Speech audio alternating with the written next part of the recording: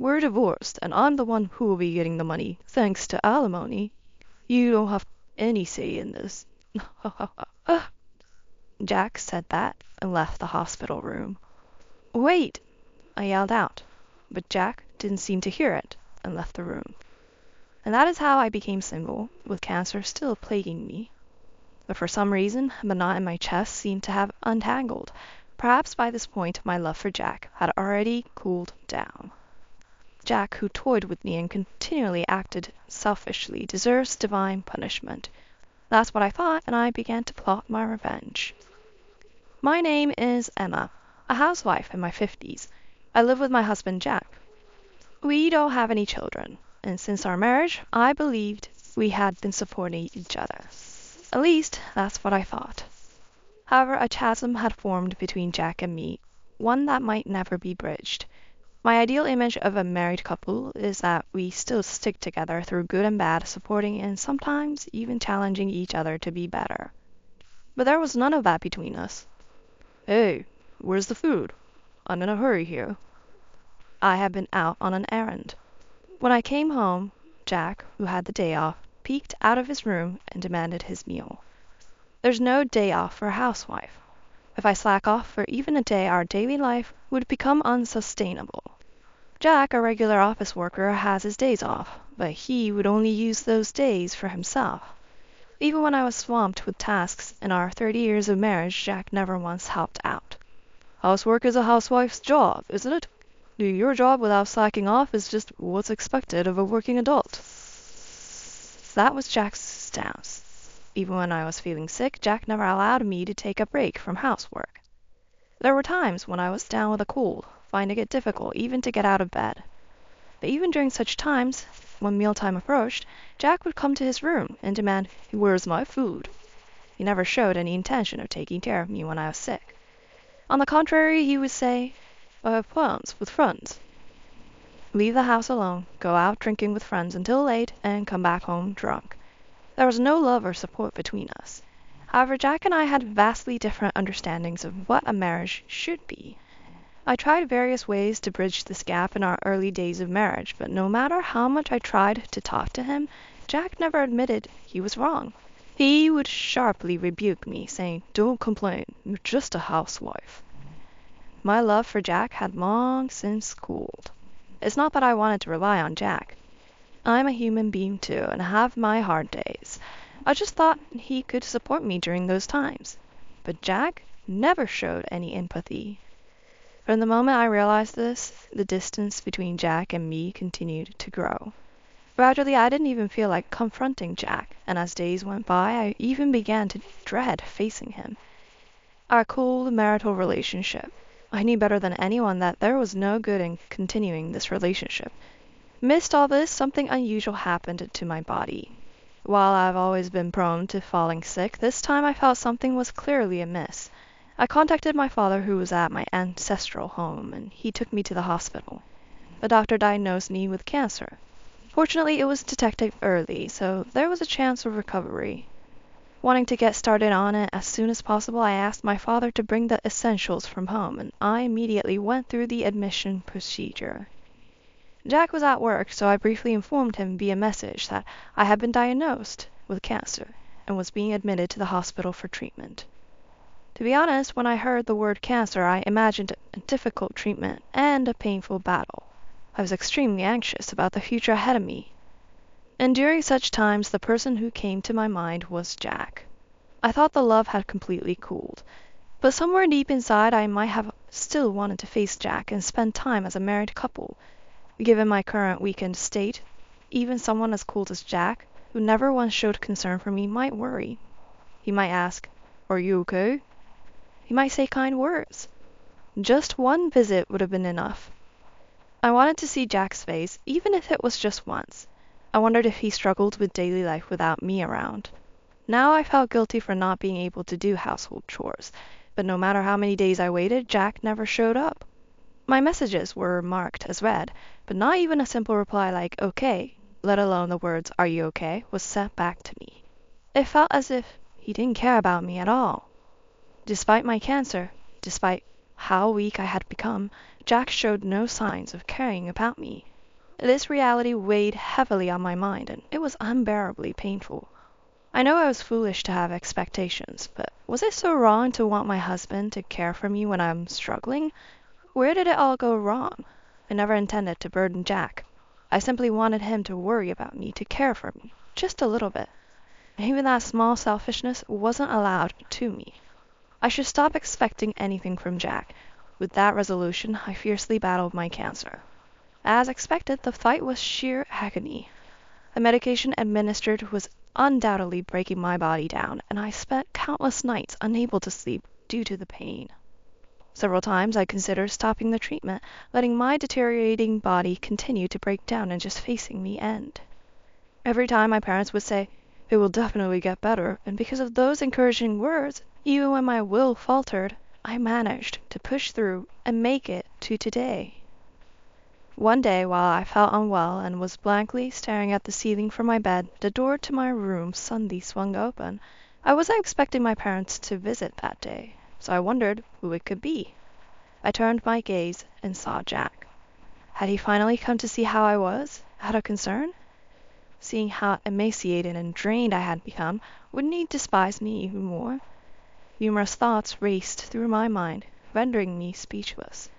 Ignoring my reaction, Jack sat down on the chair next to my bed, quietly observed me, and then laughed. "So, cancer does this to you, huh? You look terrible. Hardly like a woman at all." Those words sent a chilling shiver down my spine. Of all things, he shouldn't have said that to someone who's still battling cancer. I wished he would just shut up. But disregarding my feelings, Jack continued, with even more hurtful words. "Ever since you've been gone, every day has been wonderful. Sure, the house is a mess, but I hardly ever go home. Life without you is surprisingly easy." Jack's cruel words wounded me further. Why did I have to hear such words? Why wasn't there a single comforting word from him? I wanted to lash out at Jack, but my weakened body wouldn't cooperate, leaving me any choice but to quietly absorb his painful remarks. I stared at Jack with vacant eyes. Noticing my gaze, Jack chuckled mockingly. Then he said something utterly unbelievable. "By the way, I've already filed for divorce. I'm taking the house as property division. You don't get a say in it." The room seemed to spin at his words. He filed for divorce without my consent? Why? Before I could gather my thoughts, Jack continued. "I've fallen in love with someone else. She's 20 years younger than me, but I'm serious about her. You're in the way of us being together." Does this mean he had an affair? Such thoughts raced through my mind, but Jack, perhaps having said his piece, began to prepare to leave. Wait! But Jack paid no heed. There was no love left for me in Jack's heart anymore. The pain in my chest became so intense that I just didn't care anymore. Fine. With that one sentence from me, Jack left the room with a satisfied smile. After that, I fought even harder against my illness. Even with all the pain, I was determined to fully recover from cancer and became even more dedicated to my treatment. And so 2 days passed. It might seem short, but to me, who could hardly sleep at night, those 2 days felt very long. I was tormented with uncertainty. Did Jack really finalize the divorce as he said, or were his words just meant to play on my anxieties? Perhaps there was no divorce at all? The one thing that kept me going was a secret plan to completely expose Jack. I knew once he found out about it, even someone as cold-blooded as Jack would be shuttered. I believed that a flustered Jack would surely try to contact me.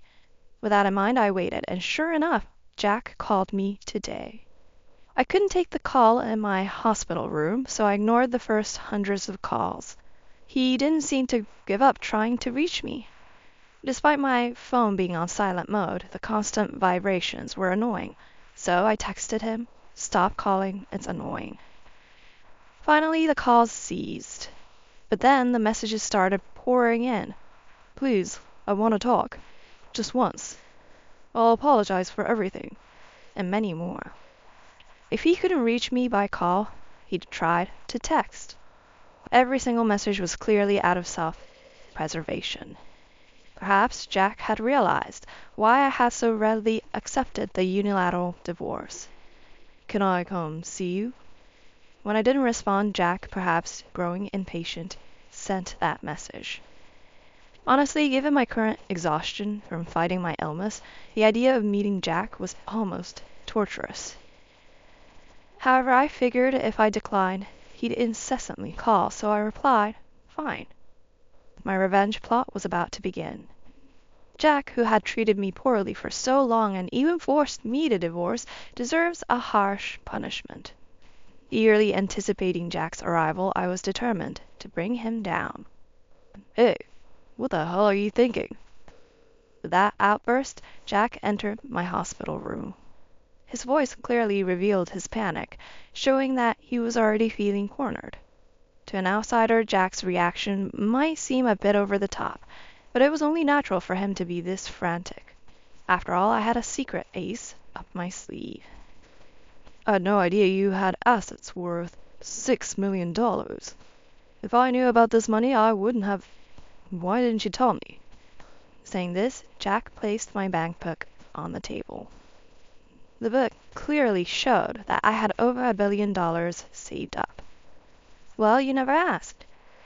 "Who would imagine that a housewife like you would have this kind of money?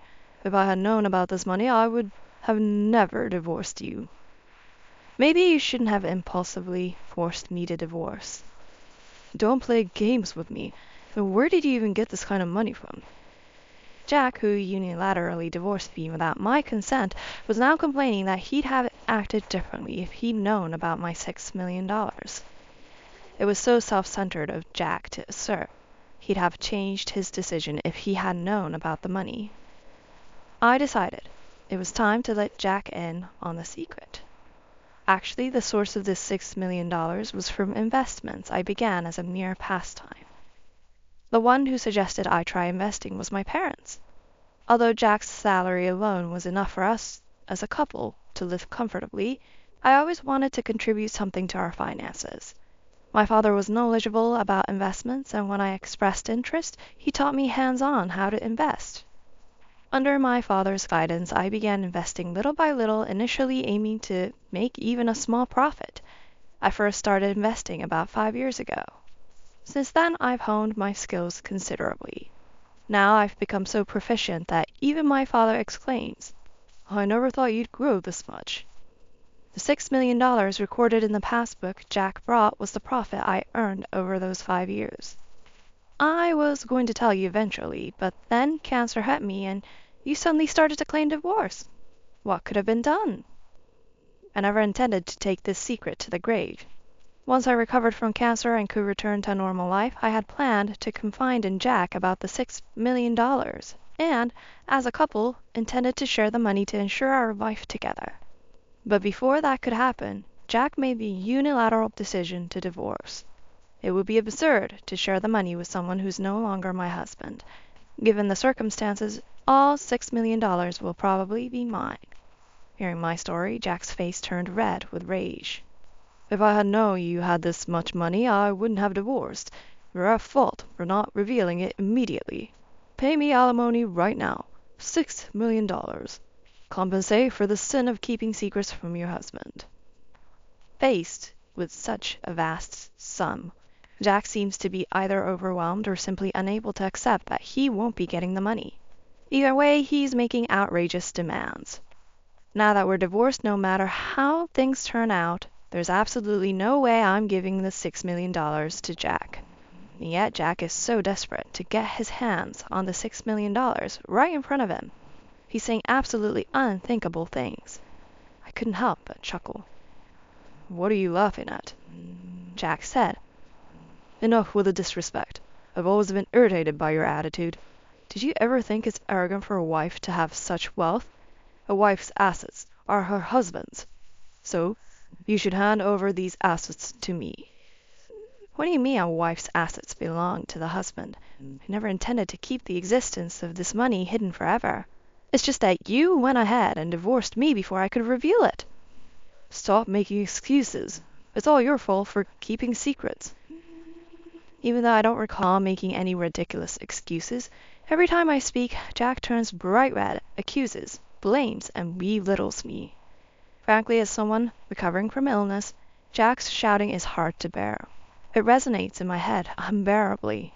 It was clear that trying to discuss anything further would be futile. No matter what I say, Jack would probably never listen and continue to paint me as the villain.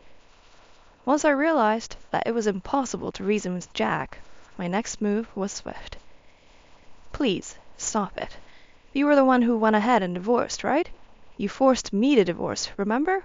I always knew you were cruel, but I never imagined you'd go this far. When one reaches their limit, can they really become this enraged? What I feel now is not the pain from cancer, but anger towards Jack.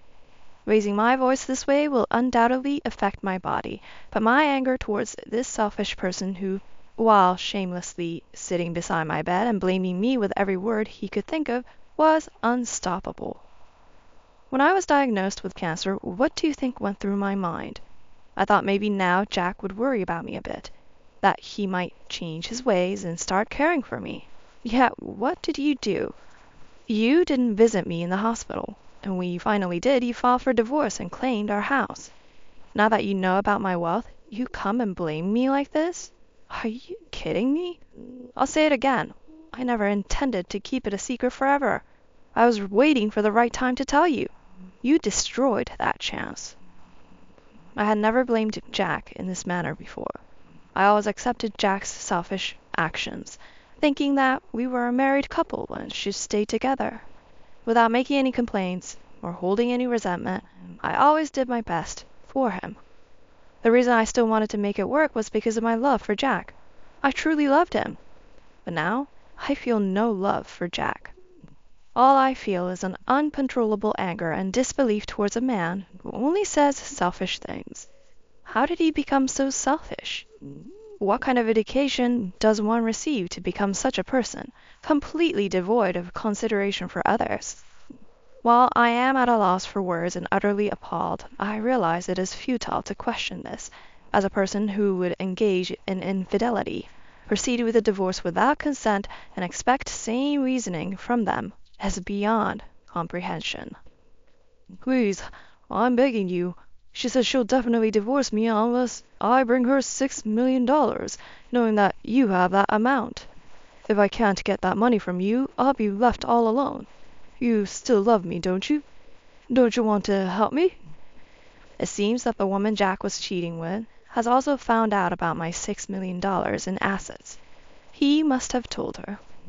From what I've heard from Jack, it appears that his mistress is also quite greedy. Birds of a feather flock together, I suppose.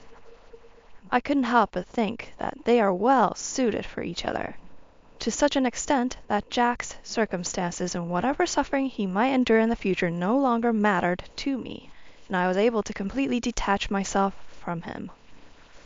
I'm really begging you. I'll do anything. Please, give me $6 million. If not, I'm going to be in big trouble. Please, help me out. Saying so, Jack knelt down on the spot, begging me for it. I had never seen Jack this desperate before, and his state seemed utterly ridiculous to me. At the same time, I felt a mix of disappointment and despair, akin to the feelings of having been let down because he never showed such desperation for me. The more we talked, the colder my feelings for Jack became. I couldn't help but feel that continuing the conversation was pointless. The more I interacted with this rotten man, the more I became certain that it would not lead to my happiness. I couldn't help but think that I was foolish for suffering and struggling for such a selfish man, and for expecting, even during my illness, that he might show his face some day. Despite my feelings, Jack continued to beg desperately, saying, "Please, I'm begging you, and help me."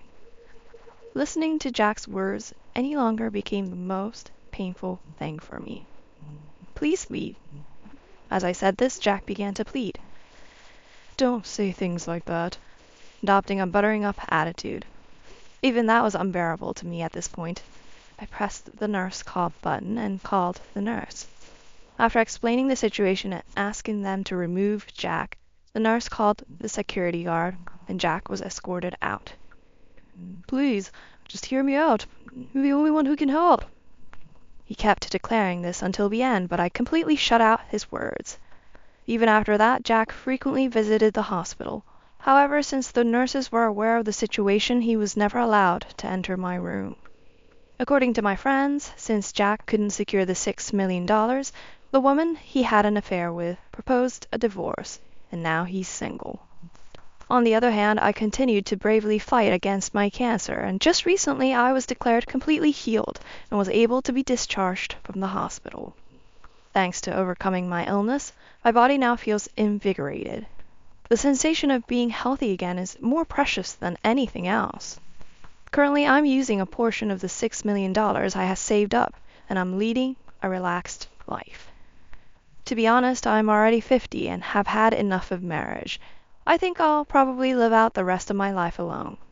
I feel there's nothing wrong with living my life unbound by anyone.